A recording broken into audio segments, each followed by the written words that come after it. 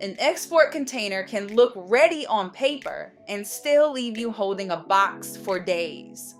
I know, because it happened to us.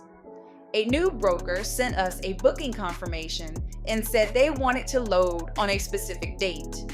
Now, the receiving date printed on the booking confirmation was 3 days prior to the actual loading date, so it looked like we were safely inside the terminal's receiving window. We picked up the container, got it loaded, and then headed to the port. When we got to the gate, we were turned away. The vessel had not docked yet, so the terminal was not receiving containers for that vessel. We had picked up and got this container loaded way too early. We had to hold that loaded box for 5 days before we could in-gate. That's tying up that equipment and putting us at risk of per diem charges from the steamship line for having their container out too long. Now here's the lesson. Before you pick up the empty container, check the terminal's current receiving date and cutoff. Do not rely only on the dates printed on the booking confirmation. Receiving dates and cutoffs can change based on the vessel's arrival. The receiving window is usually 3 to 5 days after the vessel docks. That one verification can protect your time, your equipment, and your profit. If you're new here, I'm Keisha, and I ran a drayage trucking company and freight brokerage for over 7 years. Now I teach carriers how to get into the game and not make the costly mistakes that I did. Lock into the channel, get the training, because my goal is to train owner-operators and small fleets on how to build a profitable drayage operation. The AI avatar you see allows me to bring more training without all of the lights and cameras having to be set up every time. But don't worry, the training, the knowledge, and real-world experience is all mine. In this video, I'm breaking down the complete export shipment process in 12 steps. From reviewing the booking confirmation and verifying the receiving window to pick up the empty container, to returning the loaded container and confirming terminal acceptance. But stay until the end, because I'll show you where to download my free Drayage Export cheat sheet that you can use on every shipment. Let's get into it. Before we walk through the steps, let's define an export drayage shipment.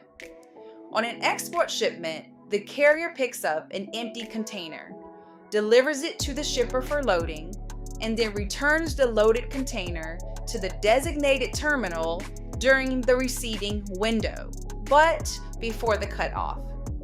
It sounds simple, but one missed detail can lead to a rejected driver, extra trips, unnecessary equipment charges, or having the container totally miss its scheduled vessel. Step 1. Review the booking confirmation. The booking confirmation is the primary document for an export shipment.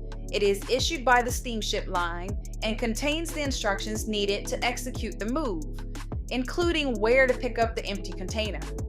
Review the entire document. Do not just look at the booking number and the pickup location, but verify that booking number, the steamship line, the container size and type, the empty pickup location, and the loaded return location, the shipper's information, earliest return date, and the receiving cutoff date. Also confirm the loading address and whether the shipment is a live load or a drop. Do not assume the empty pickup location and the loaded return location are the same. The driver may pick up the empty container from a depot and return the loaded container to the seaport. So read the booking like your money depends on it, because it does. Step 2. Verify the empty pickup and equipment availability. The booking confirmation tells you where the steamship line has assigned the empty pickup, and usually the empty equipment is available. The risk is that the local terminal or depot may run out of the correct container size and type before your driver even arrives. Before dispatching or heading to the pickup location, Confirm that the assigned location still has the required equipment. Also, verify the facility's hours, appointment requirements, booking authorizations or gate pins, and any special driver instructions. If no empties are left locally, the carrier may have to travel to the seaport or the rail terminal or another designated facility to get one. That can add miles, time, and cost to the move, so the broker or customer should be notified before the carrier proceeds. The pickup location is printed on the booking confirmation, but because equipment inventory can change, confirm availability before you roll. Step 3. Confirm the chassis source. Determine where the chassis will come from and who is responsible for the related charges. Will you use your own private chassis? Or will you need to pull the chassis from the pool? Is it assigned through the steamship line, or is the customer providing it for you? You need the chassis strategy or plan before your truck ever moves. If the chassis and empty equipment are at different facilities, the move may require a chassis split. That means another stop, additional time, and possibly another charge that should be addressed before dispatch. Step 4. Understand the important dates. 3 dates are especially important to the drayage carrier for an export shipment. The earliest return date, or ERD, is the first date the terminal is scheduled to accept loaded containers for a specific vessel. If the driver arrives before the terminal is receiving for that vessel, the terminal will reject the container. The last receiving date, or cutoff date, is the final date the loaded containers can in-gate to make its scheduled vessel. If you miss your cutoff date, the container will have to be reassigned to another vessel. This is what we mean by rolling a booking, because now the container has to wait on the next available vessel for that container's destination. Don't miss your cut date. You'll have to store the container for days and maybe even weeks before the next available vessel is receiving. The loading date is the third date to keep in mind. It's the date the shipper wants to load the container. But that date needs to fit nicely between the ERD and the cut date. Do not wait until the container is already loaded to check.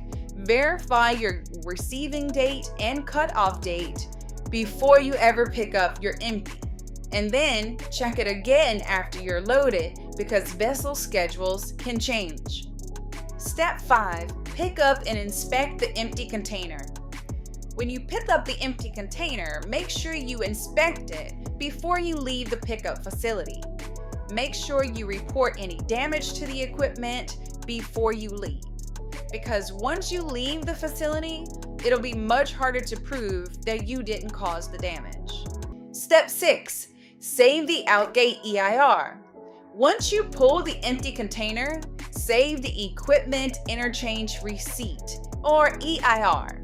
It documents when and where you took possession of the container. Verify that it shows the right container number and the right chassis number. It'll also have the pickup location and the date and time. Always save your EIR because most shippers will ask for it. Step 7. Deliver the empty for loading. Before heading to the shipper on their scheduled loading date, confirm the loading address, your appointment time, your contact person, and verify whether the shipment is a live load or a drop. The shipper is generally responsible for loading and securing the cargo, unless the agreement says otherwise. Sometimes the shipper may require you to bring a seal for the container. But be sure to keep track of your arrival time, just in case detention comes into play. Step 8. Confirm the seal and loaded weight. After loading, verify the shipper applied a seal and document the seal number on your bill of lading, or BOL. This matters because once you leave the shipper with the loaded container, the freight is your responsibility until it reaches the terminal gate. Also confirm whether a scale ticket is required. If it is, make sure you scale it, charge for it, and keep it with your shipment documents. Most times the weight is listed on the BOL. At this point, you're loaded, you're sealed, and you have signed paperwork in hand. Now, this is where the move is either completed or where one missed detail can unravel everything that came before it. Step 9. Verify terminal requirements. Before heading to the port with the loaded return, double check the receiving date has not changed. Remember, the receiving date is based on the vessel's arrival. If the vessel is delayed, so is the ERD and your receiving window. Check directly on the Port Authority or terminal's website. Also, verify the current cutoff date, the gate hours, the appointment or gate pin, and any other terminal-specific instructions. Every terminal operates differently. The terminal you assume works like the last one is usually the one that causes you issues. Step 10 is returning the loaded container. In-gate the loaded container only to the terminal listed on the booking confirmation, or unless otherwise directed by the steamship line.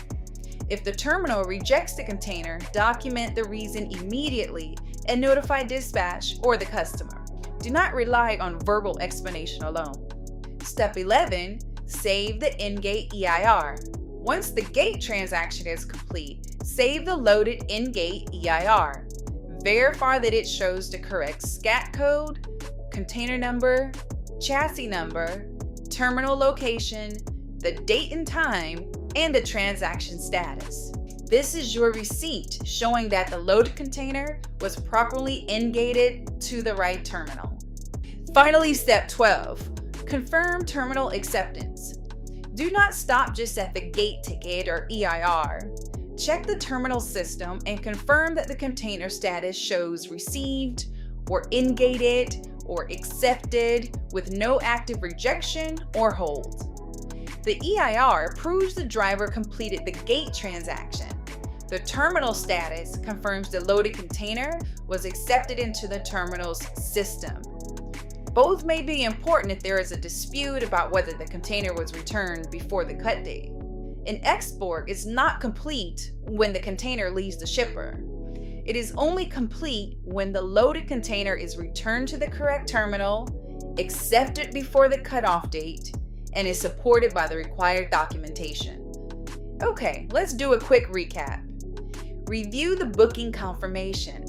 Confirm the empty pickup location and equipment availability.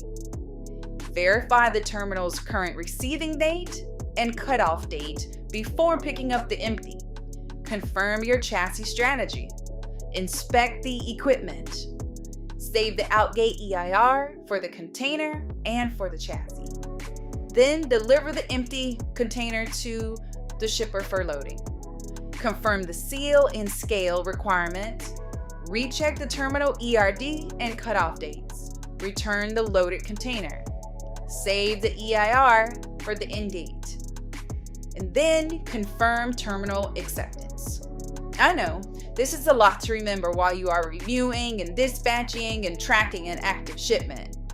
So I created a 2-page drayage export cheat sheet just as a reference to help you follow the process. Page 1 explains the steps and important export terms, and then page 2 gives you a visual roadmap from reviewing the booking confirmation all the way through terminal acceptance. So download it, print it, and stick it to your dash. Just keep it nearby when executing an export shipment. You can find a link in the description below. And if this video helped you better understand the export process, subscribe to the channel. I have a lot more training coming your way. The next one up is import shipments. Thank you so much for watching. Be safe, and I'll see you in the next video.